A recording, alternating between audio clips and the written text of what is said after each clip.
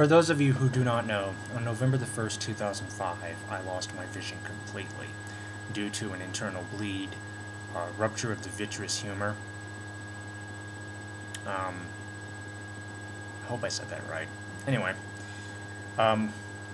to describe what it was like, for those of you from the eastern United States, Michigan, Ohio, New York, Pennsylvania, anybody in that area, basically the eastern coast, the northeast.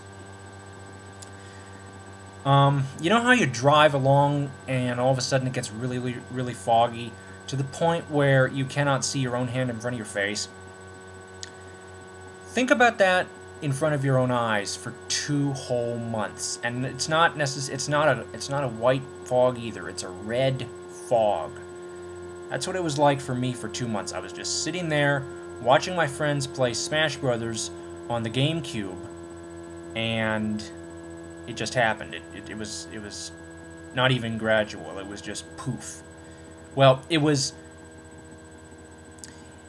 gradual, but it wasn't slow either. It wasn't like very, very gradual. It was kind of like if you had a speed selector for this sort of thing, slow versus fast.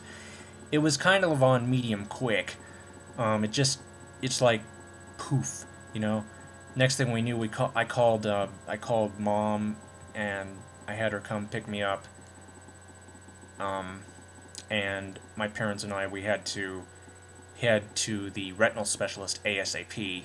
Sure enough, one of the veins in the back of my eye had ruptured. My retina was still attached, but it was bleeding, and it was bleeding massively. In fact, we couldn't even, it was so bad that the doctor had to do an ultrasound, and we went back every week for the entire duration of this, till it completely evaporated. Now, there was an option to go ahead and have surgery on this, called a vitrectomy, and the idea would be that they would take away the blood out of my eye while at the same time pumping natural solution back in to my eye. And the problem with this was, if anything went wrong, the eye without any liquid would deflate like a balloon. In other words, I would have no vision at all. And even if it was successful, I would have had cataracts later on in life, which, suffice it to say, being 2009, that would be probably about now. So we waited, and 2 months later it dissipated, and it was very, very gradual. Now, I was taught in elementary school to navigate the streets of my area as a person who was entirely blind would, legally blind, not necessarily. You can have some vision and still be classified as legally blind. It's 22. For those of you who are familiar with acuity, it's 2200 or worse. Slates you as legally blind.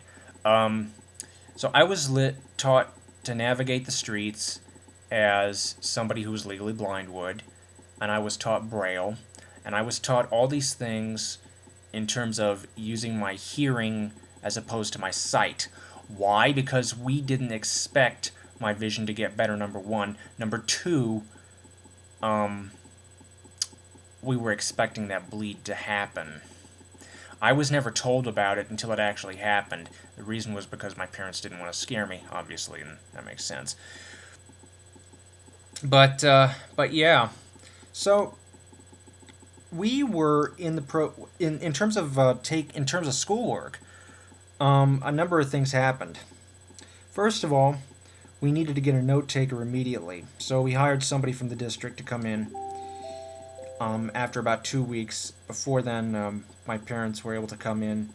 My mom came in, and she was able to sit in on class with me and take notes. Thankfully, the principal was very, very nice, and Mrs. Oler, if you're watching this, thank you very, very much for allowing my mom to do this. But once we got an aide for the district, my mom was relieved of needing to do that. So that's basically how I got notes. And obviously, in high school, in your senior year, you got literature books to read, right? You got science books to read. How do I get all that stuff read? Well, I'll show you as soon as I can find an appropriate picture of this device. I think was up near the top. Hold on a second. Here we go.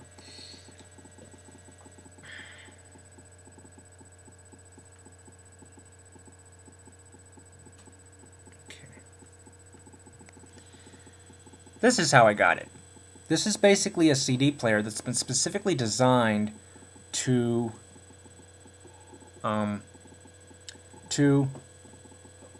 play a special kind of audiobook called a DAISY book, Digital Accessible Information System. This allows you to navigate books not just by track like you would with a typical audiobook. This allows you to go straight to a page number and a chapter because these are specially structured. It behaves like a CD-ROM drive. It's burned in a way similar to MP3, but it's structured in such a format, like I said, that allows you to have that complex navigation. So it's very, very handy for textbooks.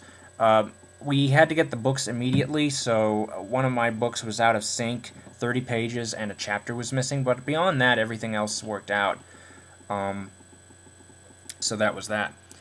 And how did I get around? Well, obviously I had to use a cane. This is it. I've had this cane for years. Thankfully, I've never had to use it. But basically, I would do a tapping technique. Now, I would show you this, except that, number one, I would run out of time. This is the second time doing this, and I ran out of time the first time. Number two, it would be very difficult to see, so I'll just explain it. So I navigated around my school with the cane, and being that I was at school for, like I said, it was my senior year, and being that I was at school for so long, it only took me about a week to get around the building without any issues. And with my house, it didn't even take a week. It only took a couple of days. I didn't have any problem getting around my house at all. I didn't have any problem pouring, my favorite drinks or getting myself a snack, even cutting up my dinner. A lot of times, as long as I knew it was there, I had no problem whatsoever. Everything had just fell back into place. Like I said, I was taught in elementary school about these skills if for somebody who is legally blind, and they all just came back to me. Braille, like I said, living, to just getting my own snacks, finding my way around the house. It all just came back into place. I had no problem whatsoever. Also, I was not... The average person, if they were to lose their vision suddenly, would panic. I guarantee you they would panic. Because they've lived their entire life with their sight. I've lived my entire life with sight, not with their sight, which is to say that I've never had perfect vision 20/20, and I don't think I ever will. These glasses are very expensive, $1,000 without insurance. Without them, I would definitely be legally blind. But, basically they would panic. I didn't panic. I was humbled. I was just a tad nervous because I wasn't sure if it was coming back. But in some ways, I didn't care if it did or not. Because, and to be honest, I was more laid back when I couldn't see. I can't explain it. I was more laid back, and at the time we were looking at a new PDA for me to help take notes. For those of you who are smartphone users and rely on Microsoft, you know about Windows Mobile, right? Well, you have to. Well, yeah, you pretty much have to, because in your business, you guys use Windows Mobile for the best synchronization with Microsoft, either Windows Mobile or Palm. This is a Windows Mobile device. This is the PackMate. It runs JAWS. This is my very first introduction to JAWS. This is my very first introduction to Pocket PC.